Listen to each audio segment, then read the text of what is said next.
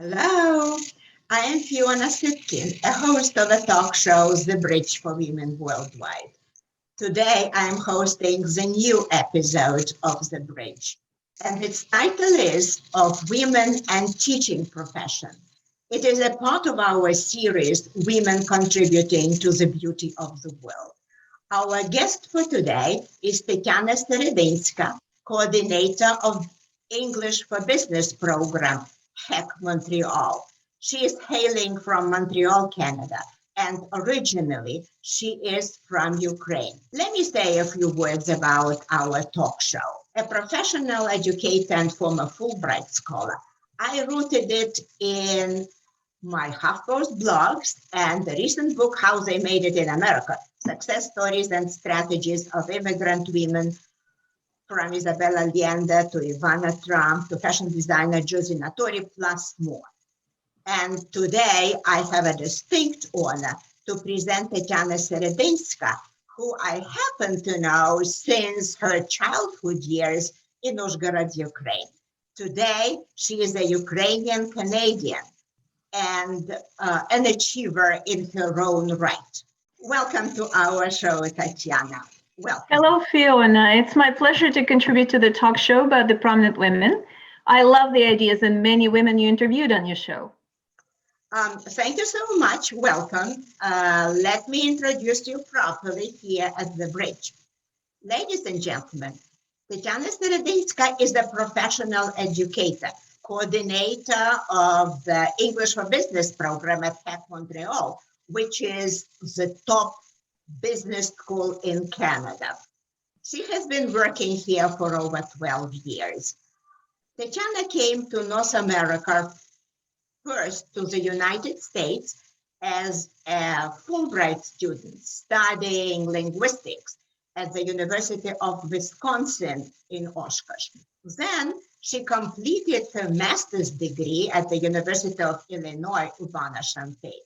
She achieved and received all awards imaginable. And I'm very, very proud of Tanya, who is one of the best language students my own University of Uzhgorod, Ukraine, ever had. Tatiana remained faithful to her English teaching profession, and this is wonderful. Why? Because she perfected her art and skills of teaching. That's why. Well, I'm happy to see you here, Tatiana. Yes, thank you for the warm introduction, Fiona. You are very welcome. Let us start with a question related to the topic of our talk show series. I believe that all women contribute to the beauty of the world in their own special ways, although it is often underappreciated. Now, what do you think and how do you understand the phrase women contributing to the beauty of the world? Sure, women simply make, to me, everything in the world better. It's livability, it's peace, it's beauty. And there are those women who weave the words into the fabric of the language that changes how we see the world. Think of some women writers that you've mentioned before. There are those who paint and sculpt the objects of incredible beauty that we're forced to see the world differently. There are those women who wage Herculean battles for all women's rights, equality, environment, and then there are those who advocate peace, tolerance, and humanity. Each one of us women, I believe, consciously or subconsciously, makes the world better by just being in it. And I hope all men appreciate that as well. Well, I hope so too, for God's sake, right? How about your own achievements and your own contributions? Here's my own 5 cents. I love how Robert Frost put it, quote, I am not a teacher, but an awakener, end of quote. Do you sometimes feel that you also are awakening your students to something bigger than just a knowledge of English? I see making my students aware of the beauty of the language they study, its expressiveness, power, and awesomeness as part of my most sacred duty as their teacher. appreciating the power of communication skills in any language is an integral part of success in any profession. And helping my students perfect their communication skills in English, I hope, contributes to their subsequent contribution to the beauty of the world at large. Personally, I'm content to make small improvements to the world, like support the SPCA, Society for the Prevention of Cruelty to Animals, and the Canadian Wildlife Foundation. I also give my students tools for better performance or success in their respective careers. I do what I promise, trying to be generous and considerate to the people I love. I practice gratitude and equanimity and try to be good to the planet. Well, good for you. Thank you so much. Tanya, you lived in America and Asia on and off for over 20 years, right? Right. What were the major developments in your teaching English career? What successes made you especially happy? I would say there were obviously many, but I've selected three to talk about. And one, and first and foremost, is gaining extensive experience teaching English to all kinds of adult learners all over the world. I still do.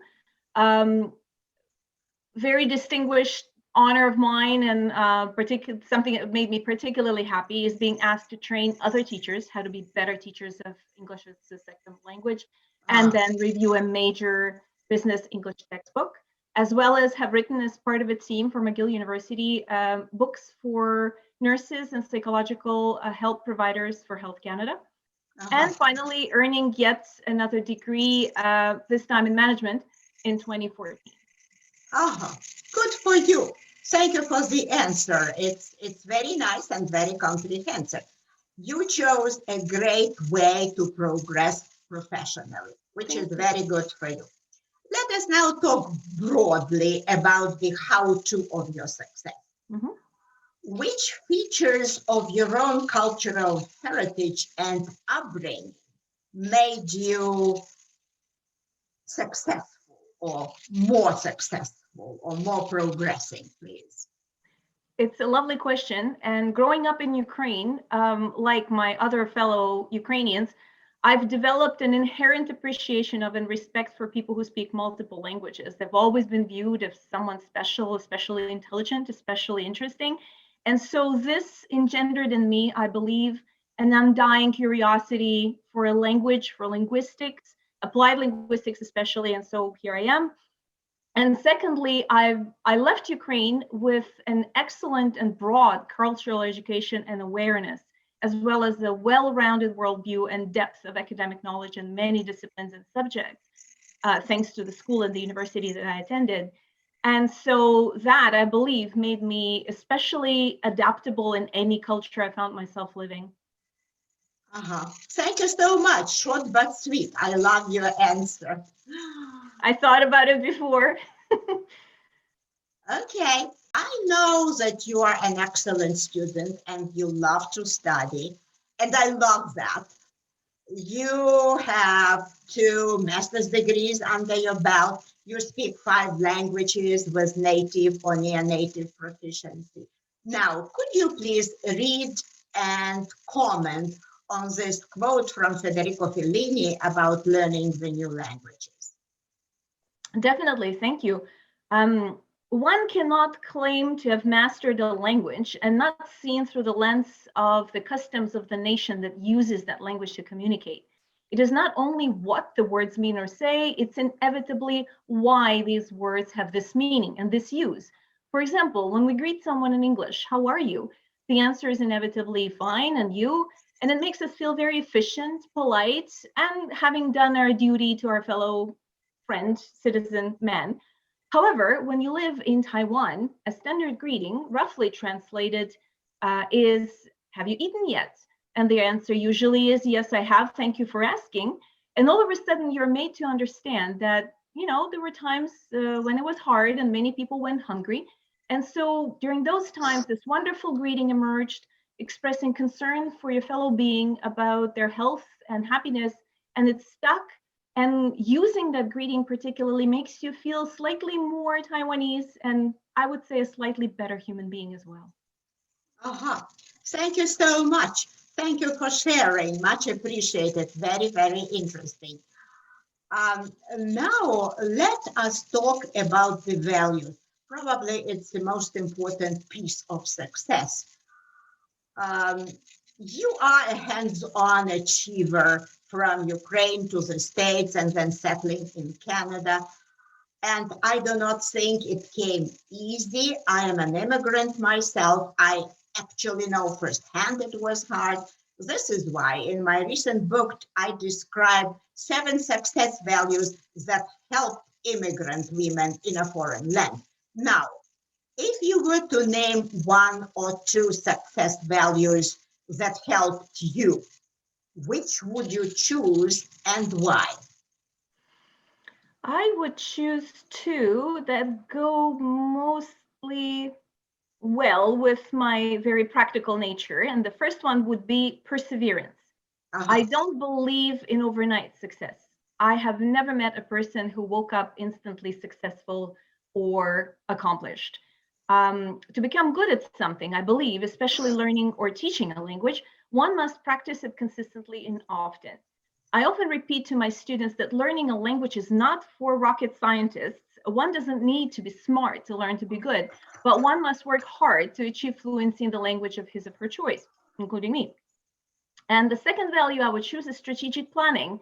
One must always, according to me, visualize the next step and plan it as much as it is possible under the present circumstances. Thus, one will avoid catastrophic setbacks, even though minor setbacks must always occur. We cannot see the future 100%, but we can see the immediate future with fair clarity and trust our knowledge of ourselves and our abilities to plan ahead.